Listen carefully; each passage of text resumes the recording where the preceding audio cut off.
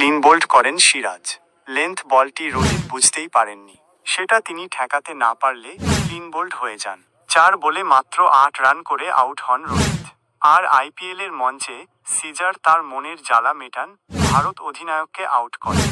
IPL 2025 মরশুম অনেক খেলোয়াড়ের জন্যই গুরুত্বপূর্ণ, যারা তাদের নিজ নিজ দেশের দলে জায়গা করে নিতে চান বা প্রত্যাবর্তন করতে চান। সাম্প্রতিক সময়ে দলের বাইরে অনেক ভারতীয় খেলোয়াড়ও রয়েছেন।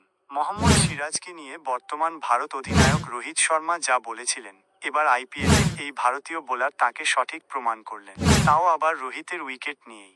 আহমেদাবাদে গুজরাট টাইটান্স এবং মুম্বাই ইন্ডিয়ান্সের মধ্যে ম্যাচের জন্য ভক্তরা অধীর আগ্রহে অপেক্ষা করছিলেন। তার একটা বড় কারণ হলো রোহিত ও সিরাজের মুখোমুখি হওয়া। আসলে আইপিএল শুরু হওয়ার আগে টিম ইন্ডিয়া চ্যাম্পিয়ন্স ট্রফি জিতেছিল, কিন্তু রোহিত শর্মার নেতৃত্বাধীন সেই চ্যাম্পিয়ন্স ট্রফির দলে জায়গা পাননি সিরাজ। দল নির্বাচনের পরে রোহিত এর কারণ জানিয়েছিলেন এবং বলেছিলেন যে সিরাজ নতুন বলে পাওয়ার প্লেতে উইকেট নেওয়ার ক্ষেত্রে একজন বিশেষজ্ঞ বোলার। তবে দলে যেহেতু মোহাম্মদ শামি মতো একজন অভিজ্ঞ বোলার রয়েছেন, তাই সিরাজকে দলে রাখা যায়নি।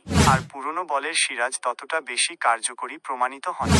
আইপিএল শুরুর আগে রোহিতের পাল্টা সিরাজ বলেছিলেন, পুরনো বলেও ভালো বোলিং করতে পারেন তিনি। এমন পরিস্থিতিতে আইপিএলে টিম ইন্ডিয়ার অধিনায়কের বিরুদ্ধে সিরাজ কেমন পারফরম্যান্স করেন সেটাই দেখতে চেয়েছিলেন ক্রিকেট ভক্তরা। শনিবার 29শে মার্চ নরেন্দ্র মোদী স্টেডিয়ামে দুজনের মধ্যে সংঘর্ষে রোহিতকে আউট করে যেন মনে জ্বালা মেটালেন সিরাজ। প্রসঙ্গত, মুম্বই যখন গুজরাটের দেওয়া 197 রান তাড়া করতে নেমেছিল, তখন প্রথম ওভারে বল করতে আসেন সিরাজ। প্রথম বলে কোনো রান হয়নি। পরের 2 বলে পরপর 2টি 4 মারেন রোহিত। চতুর্থ বলে রোহিতকে ক্লিন বোল্ড করেন সিরাজ। লেন্থ বলটি রোহিত বুঝতেই পারেননি, সেটা তিনি ঠেকাতে না পারলে ক্লিন বোল্ড হয়ে যান। 4 বলে মাত্র 8 রান করে আউট হন রোহিত। প্রসঙ্গত, চেন্নাই সুপার কিংসের বিরুদ্ধে মুম্বই ইন্ডিয়ান্সের প্রথম ম্যাচেও রোহিত প্রথম ওভারেই আউট হয়েছিলেন। সেদিন 0 করে সাজঘরে ফিরেছিলেন। 2025 মরশুমে মুম্বই ইন্ডিয়ান্সের প্রাক্তন অধিনায়ক টানা দ্বিতীয় ম্যাচেও ব্যর্থ হলেন।